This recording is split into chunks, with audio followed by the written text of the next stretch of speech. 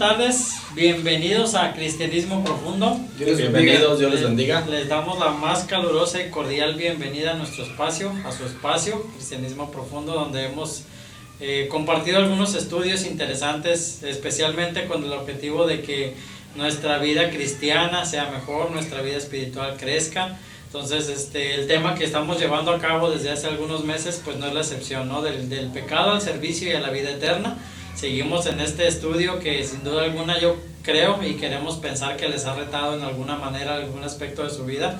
Entonces, pues esta tarde no es la excepción con esta lección. Seguimos en el espacio del servicio todavía y pues vamos a empezar con este nuevo tema y pues sin antes pedirle al Señor que nos guíe y que nos dé dirección en esta tarde. Vamos a pedirle al pastor Giovanni que nos dirija en una oración. Amén. Amén, vamos a orar. Padre, te damos gracias, Señor, por la bendición, Padre, de poder un jueves más, Señor, abrir tu palabra con todo propósito e intención de aprender de ella. Te pedimos, Señor, en el nombre de Jesús, que seas tú guiándonos, Señor, para poder hablar, para poder explicar tu palabra, Señor, y que cada uno de nuestros hermanos sean edificados, sean bendecidos a través de ella, Señor. Te pedimos en el nombre de Jesús que tu Espíritu Santo esté obrando a nuestro favor. En el nombre de Jesús te damos gracias. Amén. Amén. Retomamos, hermanos, el tema principal de nuestra lección 11, que se llama Evangelismo y Misiones, tanto mundiales como locales, rurales, etcétera, etcétera. En atención, hermanos, al llamado del Señor, en el mensaje al cual hemos llamado desde hace mucho tiempo la Gran Comisión, donde el Señor nos envía a salir e ir y hacer discípulos a todas las naciones y a enseñarles que guarden todas las cosas que Él ha mandado. En este estudio, hermanos, aprendimos por algunas semanas que cada creyente es un ministro y queremos decirles a ustedes que nos están viendo y escuchando que se la crean. Cada creyente, cada persona que ha confiado en Cristo es un ministro con un mensaje poderoso del Evangelio de Jesucristo. Para llevar a cabo ese cumplimiento, hermanos, aprendíamos la semana pasada, las 2 semanas pasadas, que necesitamos tener valor, ¿verdad, Yobamoy? Para realizar la tarea que el Señor nos ha encomendado. Ahora vamos a entrar en un terreno un poquito más difícil en cuestión de la explicación, ya que para hacer la labor, hermanos, de la Gran Comisión y cumplir así con ese trabajo que el Señor nos manda, tenemos que reconocer que nos enfrentamos a una tremenda lucha espiritual al cumplir con la distribución del Evangelio. Así es, ¿verdad? Entonces, pero hermanos, necesitamos valor, como lo veíamos las semanas pasadas. La lucha espiritual al compartir el Evangelio es real. Hoy te vamos a ver por qué. Pero siempre, hermanos, con el entendimiento que está implícito en la obediencia a la Gran Comisión, de que no estamos solos. El Señor prometió estar con nosotros todos los días hasta el fin del mundo. Aleluya. Entonces, vamos a trabajar, vamos a charlar con algunas preguntas, viendo algunos pasajes de las Escrituras con este tema: la lucha espiritual y el evangelismo. Vamos adelante. Bueno, hermanos, vamos a comenzar con la primera pregunta a responder, que sería: ¿qué les ha pasado a los incrédulos? Pues que no creen. No creen. La respuesta la encontramos en 2 Corintios capítulo 4, versículo 4. Antes de leerlo les hacemos la recomendación de que tengan ahí su lápiz, su pluma, su Biblia, para que tomen nota y cualquier pregunta, duda nos la puedan hacer. La respuesta, como decía, la encontramos en 2 Corintios capítulo 4, versículo 4, que dice: en los cuales el Dios de este siglo cegó el entendimiento de los incrédulos, para que no les resplandezca la luz del Evangelio de la gloria de Cristo, el cual es la imagen de Dios. Y los que hemos experimentado en algún sentido el compartir el Evangelio con una persona o con multitudes, sabemos que esto es real. Sabemos que el Dios de este siglo, sabemos que Satanás ha cegado el entendimiento de la gente de tal manera que a veces es necesario compartirles el Evangelio no solo una vez, sino 2, 3, 4, 5, hasta que la luz del Evangelio les resplandezca. Y no es que no entiendan, y perdón la palabra que use, pero no es que sean tontos, que no puedan comprender lo que se les está diciendo, sino que es el enemigo que tiene cegado el entendimiento de las personas. Pero pues obviamente en la Biblia dice también que cuando ese velo es quitado, le resplandece la luz del Evangelio, la luz de verdad, y es como volver a nacer. Bueno, es el nuevo nacimiento, ¿no? Pero sí, este versículo es muy cierto, ¿no?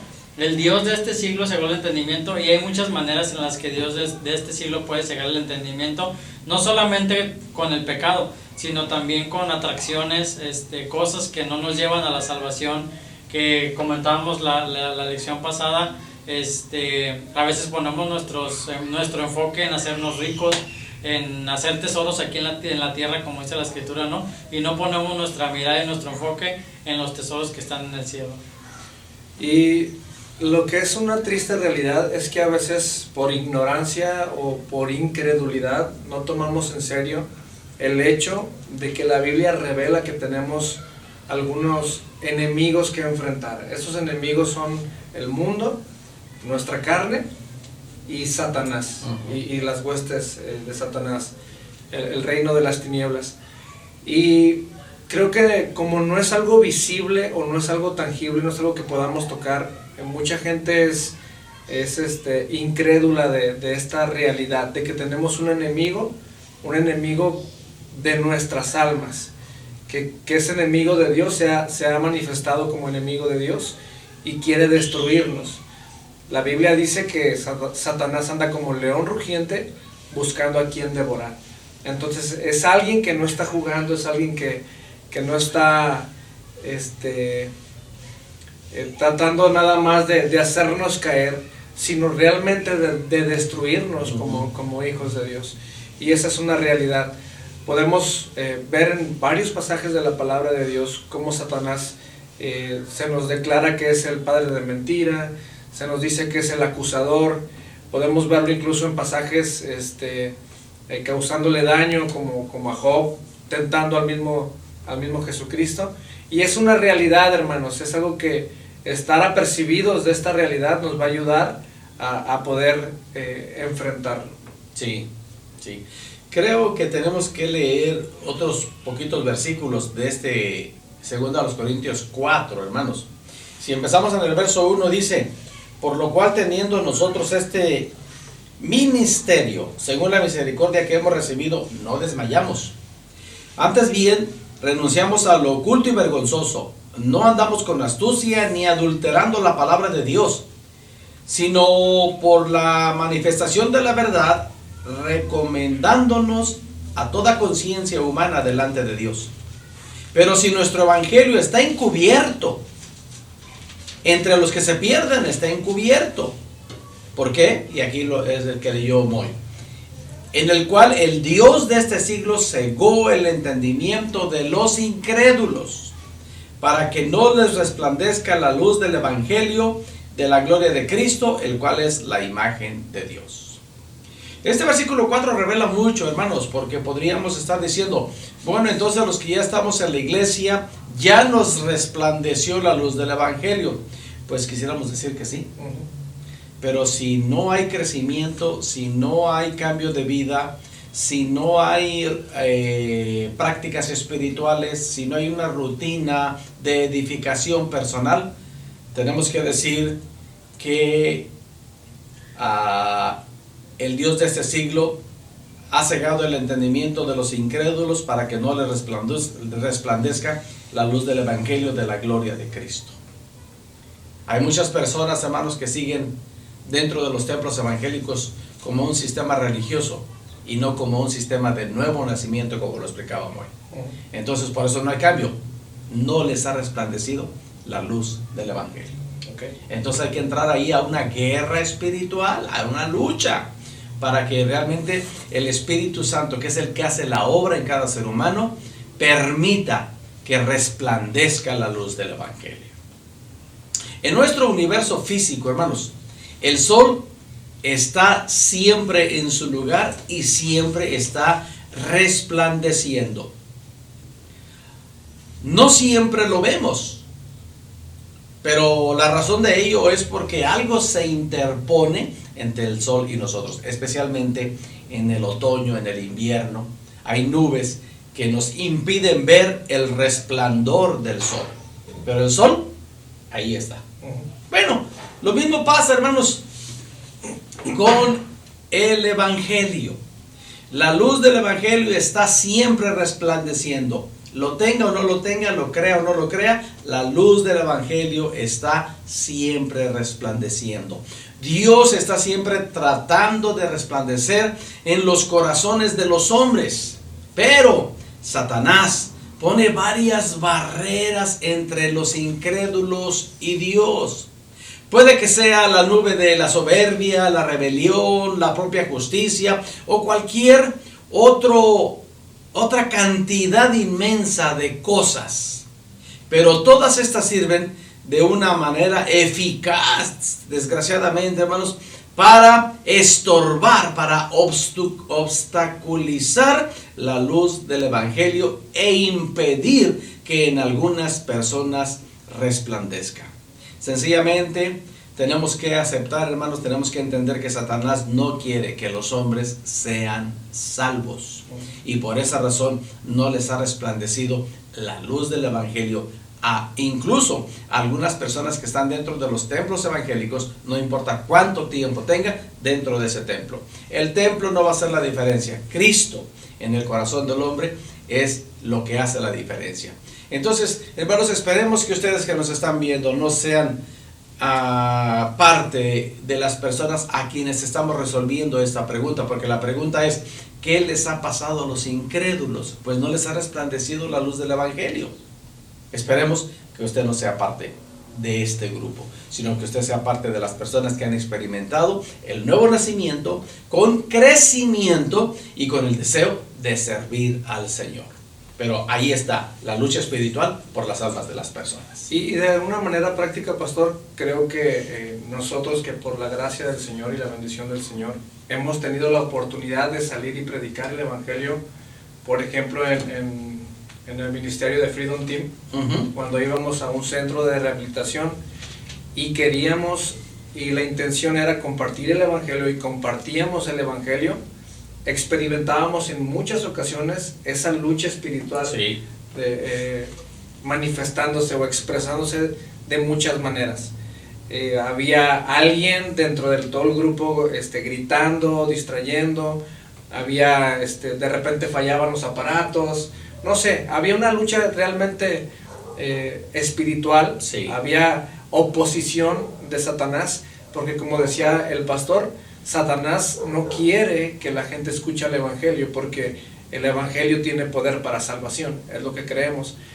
Pero es una realidad que vamos a enfrentar oposición, y usted como hijo de Dios, si va a compartir el Evangelio, pues tiene que saber eso. Va a haber oposición de parte de Satanás, es real.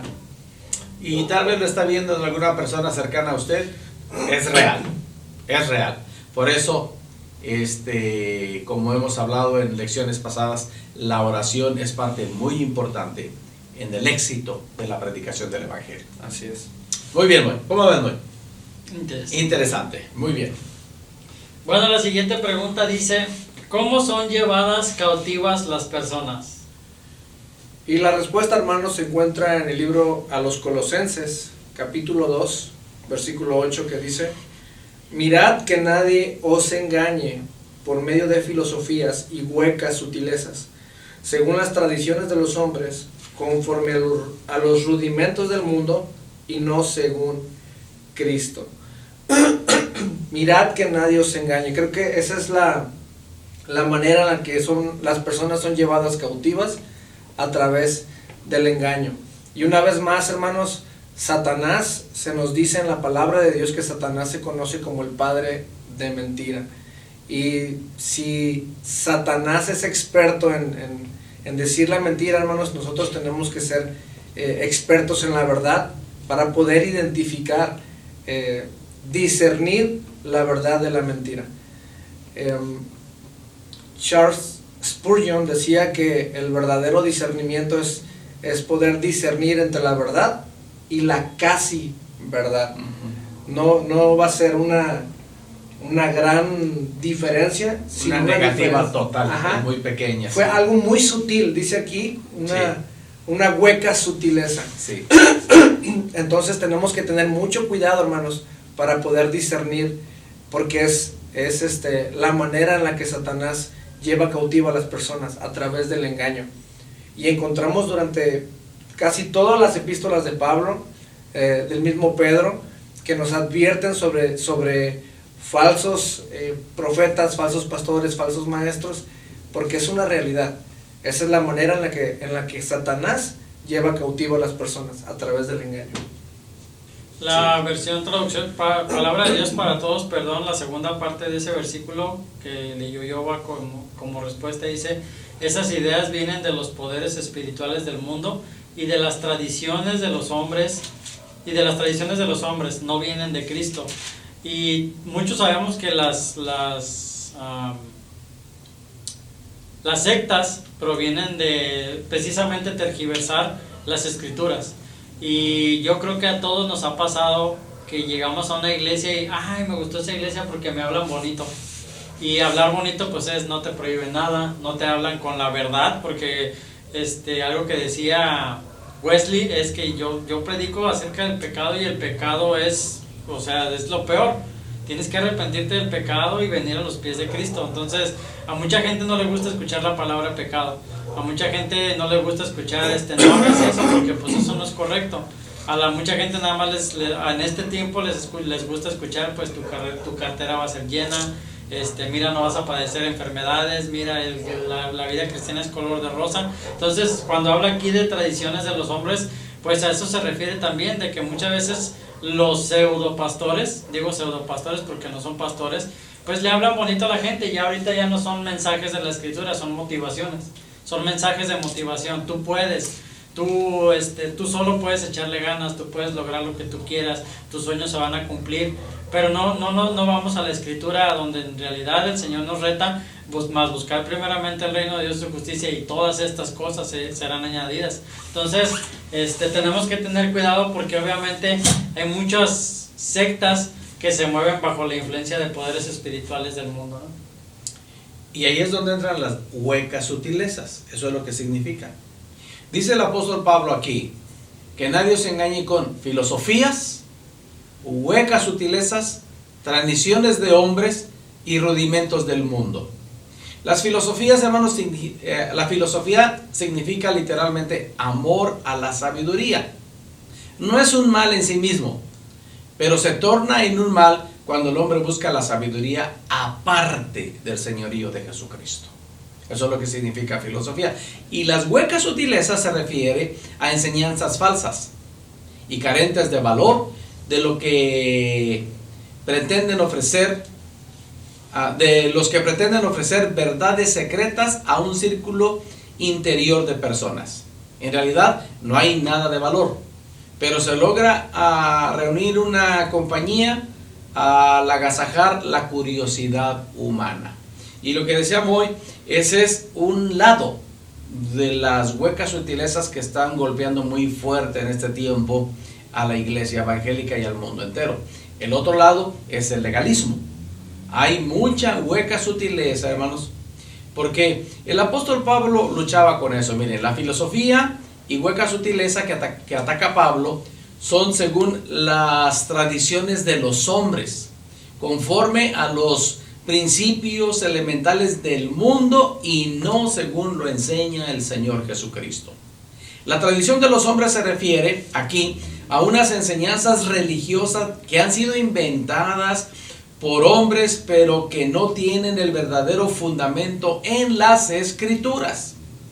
Una tradición es la fijación de una costumbre que comenzó como una conveniencia o que se ajustaba a alguna circunstancia en particular. Los principios elementales del mundo se refiere a los rituales ceremoniales y ordenanzas del judaísmo, por los que los hombres esperaban conseguir el favor de Dios. Contra eso está hablando el apóstol Pablo. En el siglo XXI, hermanos, nos encontramos con las tradiciones de los hombres reflejadas en sus enseñanzas religiosas, que simplemente se convierten en prohibiciones de hombre, pero sin ningún verdadero fundamento escritural. Y todo tiene que ver con lo exterior. La manera de vestir, la manera de conducirte, la manera de comer, la manera de beber, los ritos en la iglesia, porque ni siquiera se le puede llamar liturgia. Son los ritos que ahora a alguien se le ocurrió establecer en los templos, y hay un grupo de personas ahí que se someten a seguir eso, pero simplemente no tienen la libertad de Cristo. Se están metiendo en filosofías, que ojalá fueran filosofías, porque por lo menos es amor a la sabiduría, Sí. ¿verdad? Pero no, son las huecas sutilezas y los elementos del mundo. Y hay muchas iglesias que se están rigiendo tristemente de esa manera. Este tipo de personas, hermanos, están siendo conducidas a una condenación eterna. Necesitan venir a través de las Escrituras al Señor Jesucristo, quien es el Salvador del mundo. Sí, no podemos dar por sentado que alguien está diciendo la verdad única y exclusivamente porque está citando algunos pasajes de la Biblia. Ajá. Vemos en la palabra de Dios que Satanás citó algunos versículos de la Biblia. Sí. Tenemos que saber discernir, hermanos, conociendo la verdad, como ya lo había dicho anteriormente. Y dice Romanos capítulo 3 versículo 4 que sea Dios veraz y todo hombre mentiroso. Cuando se contrapone algo o algún mandamiento del hombre con la palabra de Dios o viceversa, pues tenemos que darle o tiene que prevalecer la palabra de Dios. Es por eso que tenemos que ser muy intencionales en estudiar la palabra de Dios, para no ser engañados por las huecas sutilezas.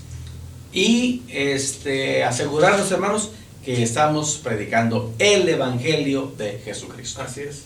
Muy bien, muy bien. Estamos hablando, hermanos, de la lucha espiritual. Todo esto tiene que ver con la lucha espiritual. Bueno, la siguiente pregunta dice, ¿qué vino Jesús a hacer? La respuesta la encontramos en el Evangelio de Lucas, capítulo 4, versículos 18 al 21. Todos sabemos que llega Jesús ahí a la sinagoga y agarra el rollo de papel, El libro, se le da el libro. Y empieza a leer y dice, el Espíritu del Señor está sobre mí, por cuanto me ha ungido para dar buenas nuevas a los pobres, me ha enviado a sanar a los quebrantados de corazón, a pregonar libertad a los cautivos y vista a los ciegos, a poner en libertad a los oprimidos, a predicar el año agradable del Señor. Y enrollando el libro, lo dio al ministro y se sentó, y los ojos de todos en la sinagoga estaban fijos en él. Y comenzó a decirles, hoy se ha cumplido esta escritura delante de vosotros. Desde entonces se comenzó o más bien se vio más claro. Nosotros lo leemos en la escritura y decimos, qué claro es entender que Jesucristo es la salvación del mundo. Pero en ese tiempo mucha gente no lo entendió así. A pesar de que él daba muchos indicios de que él era el salvador del mundo, mucha gente no creyó. ¿Por qué? Porque estaban cegados por vanidades, por deseos, por dinero. Y él era muy claro, y incluso a sus discípulos les decía, ¿cómo que no entienden lo que les estoy diciendo? Entonces debemos de ser, como decía el pastor Yoba, debemos de tener discernimiento y ser sensibles a esto que Jesús vino a hacer. Pues me ha enviado a sanar a los quebrantados de corazón, a pregonar libertad a los cautivos, y obviamente estamos hablando del Evangelio. Compartir el Evangelio trae todo esto que el Señor Jesús explicó detalladamente, ¿no?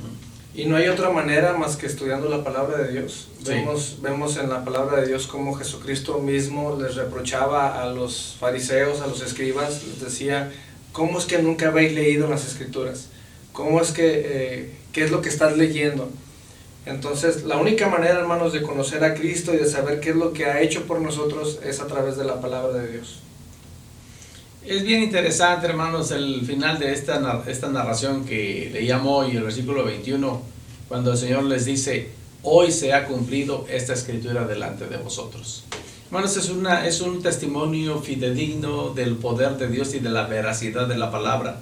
Una profecía en Isaías capítulo 61, hecha unos 600, 700 años antes de Cristo, a la gente de Cristo en esa ocasión, ahí en el templo, el Señor Jesucristo les dijo: hoy se ha cumplido esta escritura delante de vosotros. Qué lindo que esa gente pudo ver el cumplimiento de la voz del mismo Dios, viendo el cumplimiento de las escrituras que hablaban de Él 600 o 700 años antes de que esto sucediera. Mas sin embargo podemos ver por ese mismo pasaje cómo era una realidad, que estaban cegados, que no Sí. podían ver, porque cualquiera de nosotros al leer este pasaje podemos pensar que bueno, la gente se alabó al Señor y lo glorificó, pero pasó totalmente lo contrario. Sí. Quisieron despeñarlo, si no me equivoco, quisieron despeñarlo por decir esta verdad, porque es una realidad, era una realidad que estaban cegados por Satanás. Es la guerra espiritual. Sí. Ahí está la lucha espiritual. Por lo cual, hermanos, todo lo que estamos diciendo hoy tiene que tener el elemento principal para que esto pueda surtir efecto, y es la oración. Porque esta lucha espiritual no se gana de otra manera, sino es a través de la ayuda del Espíritu Santo, a través de la oración. Y entonces, Bueno, la siguiente pregunta dice: ¿para qué se manifestó el Hijo del Hombre? Y primera de Juan, capítulo 3, versículo 8 dice: el que practica el pecado es del diablo, porque el diablo peca desde el principio. Para esto apareció el Hijo de Dios, para deshacer las obras del diablo. Bueno, ya vimos en el pasaje que leyó el pastor Moy, que una de las cosas que Jesús vino a hacer fue darle libertad a los cautivos. Y de alguna manera nosotros, hermanos, antes éramos esclavos del pecado. Todo lo que hacíamos, todo lo que decíamos, todo lo que pensábamos era pecado delante de Dios. Éramos esclavos del pecado. Pero cuando vino Jesucristo, vino a deshacer las obras del diablo, vino a quitar el pecado que nos separaba de Dios, para poder tener ahora comunión con Dios. Nos hizo libres para poder ahora sí poder vivir de alguna manera que le agrada a Dios, ¿no? me encanta, hermanos, cómo termina el versículo: deshacer las obras del diablo. Hermanos, para esto apareció nuestro Maestro, nuestro Salvador, nuestro Señor y Dios, para deshacer las obras del diablo. Hay muchas personas, hermanos, que se empeñan en darle una resucitadita a las obras del diablo. No seamos de ellos, seamos de los que vamos en pro de destruir las obras del diablo, de mantenernos firmes en Cristo y de proclamar las verdades del Evangelio. La Biblia, hermanos, describe a la iglesia como el cuerpo de Cristo. Lo escribe el apóstol Pablo en 1 Corintios capítulo 12, versículo 27. Entonces, si somos el cuerpo de Cristo, su presencia en el mundo hoy en día, entonces la misión de Jesús es nuestra misión. Él nos ha llamado a proclamar las buenas nuevas a los pobres, los cautivos, los ciegos y los oprimidos. Él nos ha llamado a participar en destruir la obra del diablo. En otras palabras, cuando compartimos el Evangelio con los perdidos, estamos participando en una guerra espiritual. Jesús vino a liberar a los cautivos y Él lo hace conforme nosotros vamos predicando la verdad. Y no quite de su lista, no quite de sus ojos, no quite de su lado, hermanos, esta lista que hace el Evangelio de Lucas capítulo 4, repitiendo Isaías capítulo 61, y lo vuelvo a mencionar aquí. Él nos ha llamado a proclamar las buenas nuevas a los pobres, a los cautivos, a los ciegos, a los oprimidos. Toda clase de persona, toda clase de ser humano donde late un corazón debe tener la oportunidad de escuchar el Evangelio y de experimentar el amor de Dios a través de la iglesia que somos nosotros. No descarte a nadie de poder participar de esta bendición. Así es. ¿Ok? Entonces, entendiendo que como cristianos tenemos o enfrentamos una lucha espiritual, ¿contra quién estamos luchando?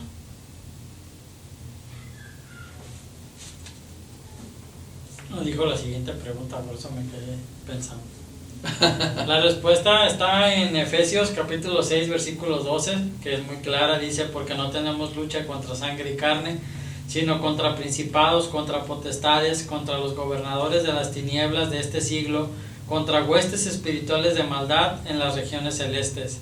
Es decir, nuestra lucha no es contra nuestro vecino, contra nuestro familiar, contra la persona que no quiere escuchar el evangelio, sino obviamente hay una lucha espiritual, ¿no? Aquí este comentario está interesante porque dice: estos gobernantes malignos, seres satánicos y príncipes de las tinieblas no son personas sino ángeles caídos a los que Satanás controla.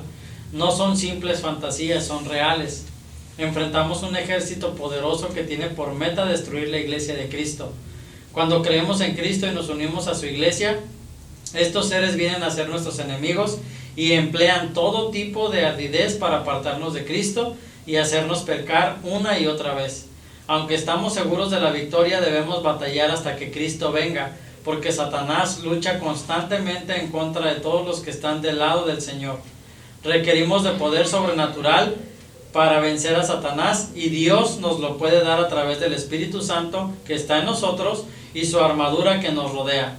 Si se siente desanimado, recuerde las palabras de Jesús a Pedro: sobre esta roca edificaré mi iglesia, y las puertas del Hades no prevalecerán contra ella. No luche con personas, hermanos. Es lo que podemos aprender de este versículo. Nuestra lucha no es contra seres humanos que están representados en sangre y carne. Es una guerra espiritual por causa del evangelio.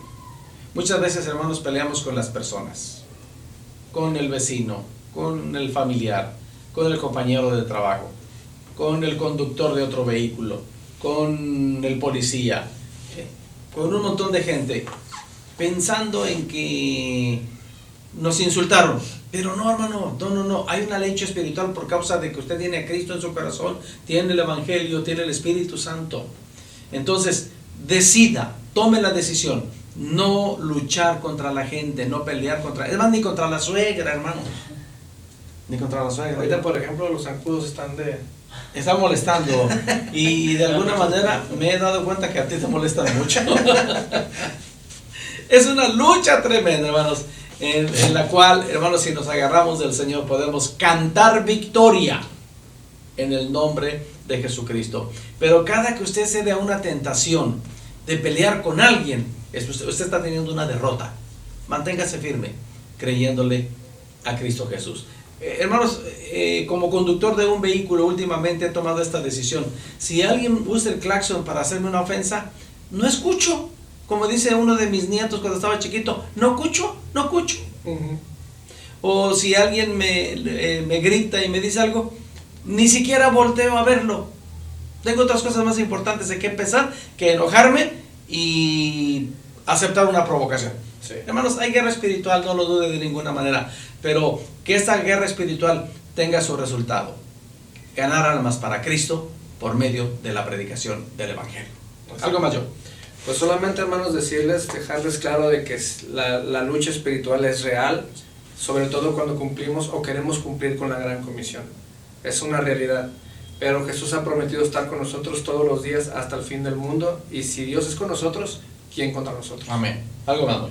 Si no cree todo lo que estamos diciendo aquí en este espacio y quiere experimentarlo, compártale a alguien de Cristo y dése cuenta si al día siguiente no va a tener luchas espirituales. Eso es real, eso es lo vívido a cada momento. Amados hermanos, esperamos que hayamos podido compartir con ustedes algo en esta lección y que usted pueda encontrar en su diario vivir la manera de aplicarlo a su vida. Vamos a orar. Querido Dios y Padre nuestro, te agradecemos la bendición de abrir tu palabra, de charlar en torno a este tema tan interesante que es la lucha espiritual por causa del evangelio. Rogamos que abras nuestro entendimiento y nos dé sensibilidad, que no nos enojemos con la gente, aun cuando seamos rechazados, porque tenemos el consejo y la advertencia en tu palabra que no nos está rechazando a nosotros, sino al dador de la vida, a quien pueda darles vida eterna. De tal manera que en cuanto a nosotros se refiere como seres humanos aquí en la tierra, te rogamos que nos des el coraje, el valor, el arrojo y la persistencia para seguir hablando el Evangelio aunque encontremos oposición. Sabemos que en algún momento tú tocarás la vida de esas personas a quienes tenemos la oportunidad de compartirles, y días más adelante nos estaremos abrazando en la iglesia, alabándote y glorificándote juntos. Señor, ayúdanos a mantenernos firmes y triunfantes en la guerra espiritual de la predicación del Evangelio. Oramos y te damos gracias en el nombre de nuestro Señor Jesucristo. Amén. Tenemos otro tema más, hermanos, acerca de evangelismo y misiones. Así es que si el Señor nos presta la vida, nos vemos aquí la próxima semana con la ayuda del Señor. Mientras tanto, amados hermanos, oramos en el nombre de Jesús que la paz del Señor esté en vuestras vidas, que esté en vuestros corazones, pero sobre todo que esté en vuestros hogares. Que el Señor continúe bendiciéndonos. Dios los bendiga.